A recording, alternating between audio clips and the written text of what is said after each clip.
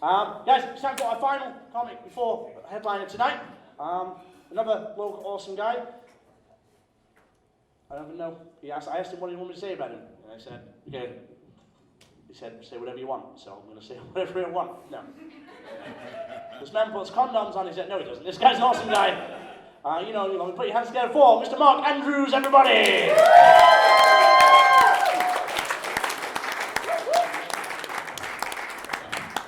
Evening, it's Amateur night again, which means I'm not funny enough to get paid, and you're too cheap to see a real comedian, so...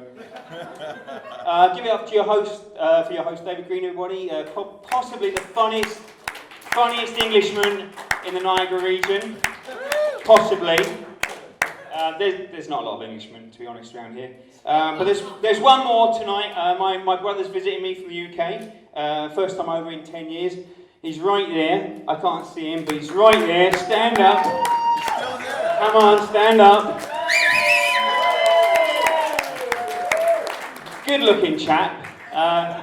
People see us together. Sometimes, naturally, they'll ask, "Are you twins?" It's like, yes, we are. We are twins.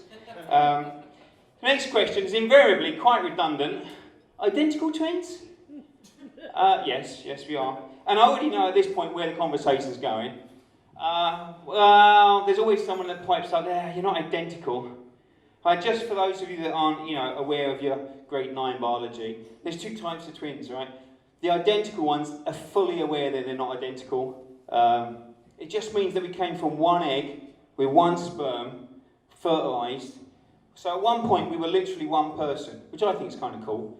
And then later on, we split to become two people. So I'm literally half the person that I used to be. But he phoned me up a couple of months ago, and just a bit of a backstory. My brother's just run a marathon this year. We're 44, I know we look 43, we get that all the time. But we're 44, he just ran a marathon in 4 hours, which is an achievement. I kind of feel like that's my achievement as well, because obviously I could have done that, if I could be bothered. I've got the genetics. But he phoned me up, he says, Mark, I'm coming over. I was like, oh, great. But at that point, I was like a bit fat, right? I was like 205 pounds. I've got 2 months to go. And like, my brother's in like 4-hour marathon shape. I'm 205 pounds. So I've got a crash diet, right? So in the last 2 months, I've lost 20 pounds.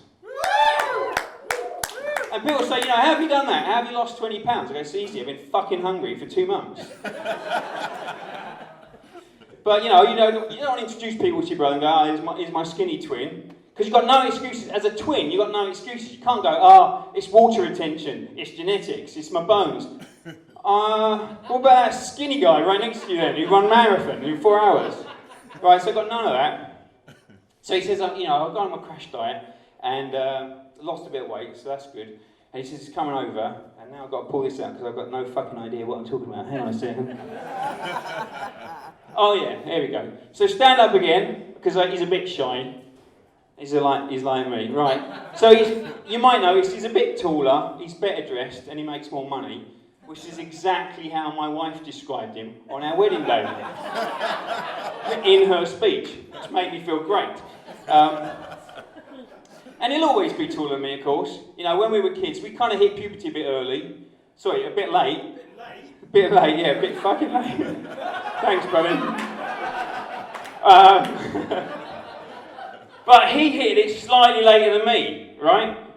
Not by much, by like 3 weeks. So for about 3 weeks, I was taller than he was. I was like, this is fucking great. I was like, we'd stand up to each other, we'd do like the old back-to-back.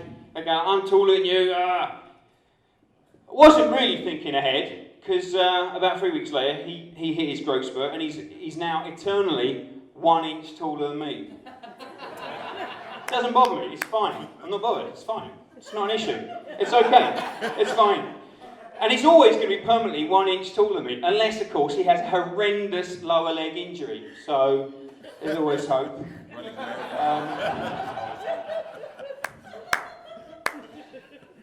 But getting back to losing weight, it's not rocket science, right? Losing weight, you just got to put less in your mouth. You just can't eat McDonald's every day, right? You've got to mix it up a bit. Like Wendy's, Burger King, Swiss chalet. But a colleague of mine at work, she was trying to tell me, she was trying to extol the virtues of veganism, and she was saying, you know, it takes 5 pounds of soybeans fed to pigs to make 1 pound of bacon. I'm like, 5 pounds of soybeans, 1 pound of bacon, that's fucking brilliant. Which I don't think was the reaction she was going for, but she persuaded me to go to a vegan raw food restaurant. Right, I was like, vegan raw food? I said, Fran, I don't think I'm going to enjoy this. She said, no, honestly, the food's really good. I said, yeah. But honestly, I really don't think I'm going to enjoy this. She said, no, it's great. The food is delicious, and afterwards you feel great. So we went. It was shit. After she left, we went to McDonald's. But I've been cooking a lot more healthily recently, and you know, recently while I was cooking, I came across a few things. I wanted to share them with you tonight. But a bit of backstory. You know when you find like a piece of toast and Jesus is on it, or there's a watermelon, the Virgin Mary's there. And it's a shame he's not here tonight because this was in his honour. But this is for the Stroopmeister, Mr. Stroop, Jeffrey Stroop. I was cooking the other day, and I found a potato that looks exactly like Jeffrey Stroop. So I brought it in and I wanted to share it with you. Right? So here it is. And you know, I thought that's fucking amazing. But then I reached into the bag and I found another one. Exactly like Jeffrey Stroop. And I looked in the bag, the whole fucking bag. Every single one looks exactly like Jeffrey Stroop. Alright, thank you, that's all I've got tonight. Thanks very much. My name's Jim Mark.